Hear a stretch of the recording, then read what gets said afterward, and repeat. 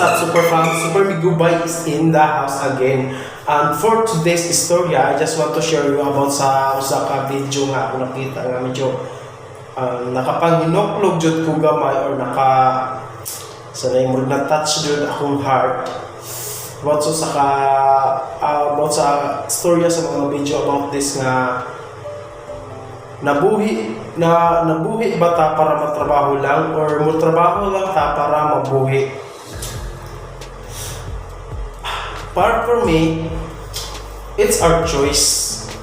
Kung di ka matrabaho, kaya makaon, patay ka. Pero kung ganahan kang mabuhi, matrabaho ka, di ba? So for life, naman jud ng kinabuhi na to sa ato ang kinabuhi ng dato na pobre pareho na ako pod kabos magpod ko. But for me lang jud no, we must kuan lang ug asa ka comfortable diha lang jud ka. Pero kung di ka ganahan sa comfortable mo lang, ganahan ka mo success someday,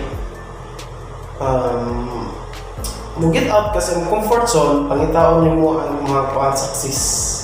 Di ba? Life is a matter of choice. Ang kinabuhi na to, nagkinalas pagpili. It's idea, pwede ka ron. Like, kinabuhi mo, nag-standby ka, okay trabaho. Yung ginahanglan ito kwarta. So, initiative lang mo gamiton. Kung ganahan ka makakwarta, mga apply ka trabaho.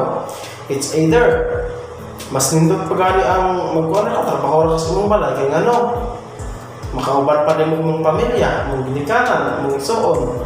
Mas nindot mo na paraan ng katrabaho ta, like nako ron o. Nagtrabaho ko, problema ko sa pamilya. Di man ingon nga mga mas boys ta, papas boys, or what. But nindot mo dito sigar ka o katong pamilya kay comfortable lang ta. Di parehaanin sa trabaho nga.